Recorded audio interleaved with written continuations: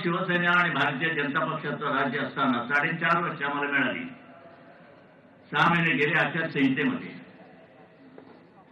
त्या 4.5 वर्षामध्ये आम्ही काय केलंय ते माहिती आहे ना. उड्डाणपूल हाती घेतले श्रीमंतांच्या गाड्या करताय, त्याला काय केलं तरी. आणि मग मुंबई ते पुणे रस्ता जो केलाय महामार्ग, ज्याला मी पु ल देशपांडेंचं नाव देणार होतो, याने यशवंतराव चव्हाणांचं देऊन टाकलं. या सेतू पुलाला, त्याला सेतू पुलच म्हणतात. राजीव गांधीचं नाव दिलं कोणी? तुमच्या मराठ्यांनी, शरद पवारांनी. का? सोनिया गांधी होती. राजीव गांधीचं नाव काय दिलं? ते म्हणे मुंबईत जन्म झाला. तुमच्या नंतर जन्म झाला मुंबईत, पण तो तुमचा कुठे झाला? नाही, जन्म झाला ना सगळ्यांना माहिती आहे. महाराष्ट्रात झाला म्हणतात ना. मुंबईत जन्म झाला राजीव गांधीचा म्हणून सेतू पुलाला नाव. हे बावडाटासारखे तुम्ही सहन करता म्हणून तोडून टाकायला पाहिजे ती पाठी. त्या पुलाचं भूमिपूजन मी केलेलं आहे, माझ्या हस्ते झालेलं या सेतू पुलाचं मी केलेलं आहे. मुंबई पुणे रस्ता त्याचं भूमिपूजन मी केलेलं आहे. कितीतरी पूल आहे. नाना शंकर शेठचा जो पूल पुरीचा तिकडूनचा, कोरोना सर्कल तिकडूनचा, त्या पुलाला नाव मी दिलेलं आहे. नाना शंकर शेठ पुलाला नाव मी दिलेलं आहे. का? नाना कोण होते कोणाला माहीतच नाही. आम्हाला माहिती असते फक्त नाण्याची टांग, बाकी काही नाही.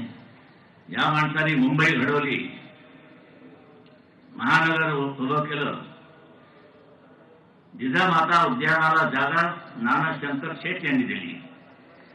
आणि तो जो एक आहे तिथे म्युझियम, त्या म्युझियमला नानांचं नाव देणार होते, पण तो ज्याचं नाव दिलं तो मेला, परदेशी होता. काय त्या पुला द्यायचं? म्युझियमचं नाव आहे त्याच्या अगोदर युरोपियन होता. बरं, ते जाऊ दे, आठवेल.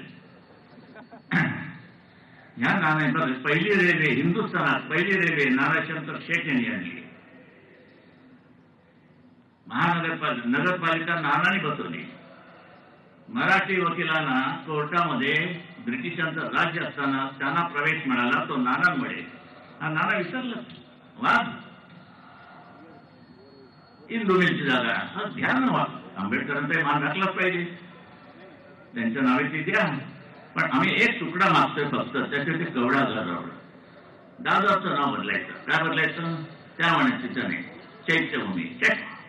हे असू नका हत्या करू बाबा, हे बरोबर नाही. दादरच राहणार, जगाच्या अंतापर्यंत दादरच राहणार. बरं, नावं बदलून तुमच्या आयुष्यात काही बदल होणार आहे का? तुम्ही आहात तिथेच राहणार. सांगण्यासाठी इतकं आहे की आता प्रकार भयंकर होत चाललेला आहे. पण तुमच्या हातामध्ये सगळं तुमचं झोळीतळी असताना तुम्ही कसे वेडे वाकडे वागता हे कळत नाही. काय मुंबईची महानगरपालिका कोर्टाने सांगितलं पालिकेला टाळं लावा.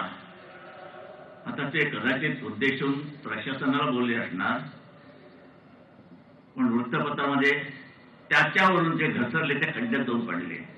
आमच्यावरचे खड्ड्यात आलो, त्याच्यामध्ये कॉन्ट्रॅक्टरनं ते एवढं दिलं. हो, त्यातलं माझ्याकडे एवढे आले. मी सांगणार नाही केवढे आले, पण तुम्ही त्यामध्ये वाटा मागाल. खड्ड्यामध्ये प्रत्येक खड्डे काही मुंबईतच पडले, सगळे हिंदुस्थानात पडलेले, दिल्लीत पडले.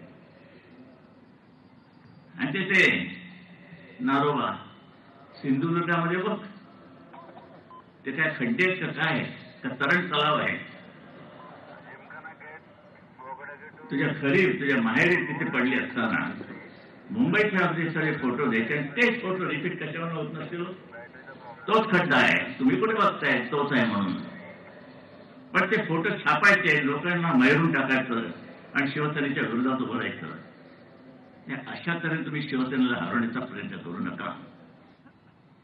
हे विचित्र काहीतरी प्रचार होत आहे.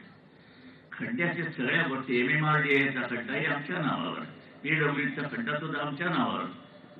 लालबाग परतच्या इकडे कुठचा पूल पसरला तो सरकारने बांधला होता, आम्ही नाही.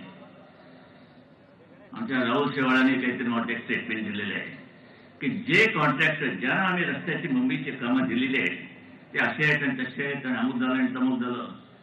त्यानंच कामं सरकारने त्यांच्या MMRDA दिली आहेत. महाराष्ट्रात अनेक ठिकाणी हेच कॉन्ट्रॅक्टर आहेत. काय शेंबुळून आपण बोंब मारली? आमच्या नावात का बोंब मारताय? सत्य काय ते या ना. नुसतं बोडक्यावरती सत्यमेव जयते लिहून सत्य होत नाही, सत्याचा विजय होत नाही. कारण खाली सगळं असत्य बसलेलं आहे. अब्दुल गुरु हे परत नवीन प्रचंड काय कोण आहे? जावई आहे का हो यांचा? सोनिया गांधीचा कोण आहे? का फासावर दिलं जात नाही? 9 वर्ष झाली फासावर जाता येत नाही. त्याचा हिशोब त्याच्यात किती खर्च झाला त्याला ताळमेळच नाहीये, हिशोबच नाही. अब्दुल गुरुला फाशी दिली तर काश्मीरमध्ये भडका उडेल. कोण बोलतंय? फरीद अब्दुल्लाचं कार्ट हसत हसत पुस्तक बघत बसलाय, मागे गजरावर चाललाय आणि निर्लज्ज म्हणून खुर्चीवर बसून बघतोय ही कार्टी. मी जर या देशाचा पंतप्रधान असतो तर पहिल्यांदा मी काश्मीरची काश्मीरची विधानसभा बरखास्त केली असते. खर्च किती झाला? 30 ते 40 कोटी कसावर. पुढे चालूच आहे. शेतकऱ्याला व्याज माफ नाही केलं जाणार का? आम्हाला कसावर खर्च करायचा आहे, आम्हाला अब्दुल गुरुवरती खर्च करायचा आहे. कठीण आहे. आणि हे राज्यकर्ते तुम्ही निवडून दिले, तुमच्या उरावर तुम्ही घेतलेला. अरे कडवटपणानं मर्दाची अवलाद असाल तर शपथ घ्या की ह्या वेळेला काँग्रेसचा पराभव आम्ही करणारच. गिरणी कामगारांच्या नेत्यांना अक्षरशः तुम्हाला सांगतो तोंडाला पाणी पुसले. जे शब्द दिलेले त्या शब्दाला जागे होत नाही. ती माणसं तुम्ही उरावर घेता म्हणून मला चीड येते. मला जी चीड येते, संताप येतो, त्यावर तुम्हाला तुमचं रक्त कसं उचलत नाही? रक्त नावाचे एक प्रकार पदार्थ तुमच्या शरीरात आहे की नाही? नसामध्ये सळसळतं की नाही ते सांगा ना जरा. काही रक्त तपासणीच केली पाहिजे नाही. उसळण्यामध्ये सुद्धा रक्त तपासणी होत असते, ते उसळणच नाही.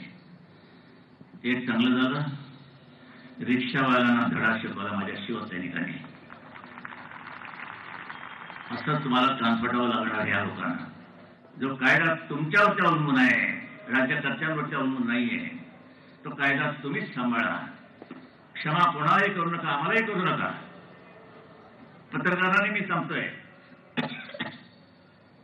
आमचं चुकलं तर आम्हाला क्षमा करू नका, पण जर चुकून बरोबर असलंच तर जरा कौतुक करा.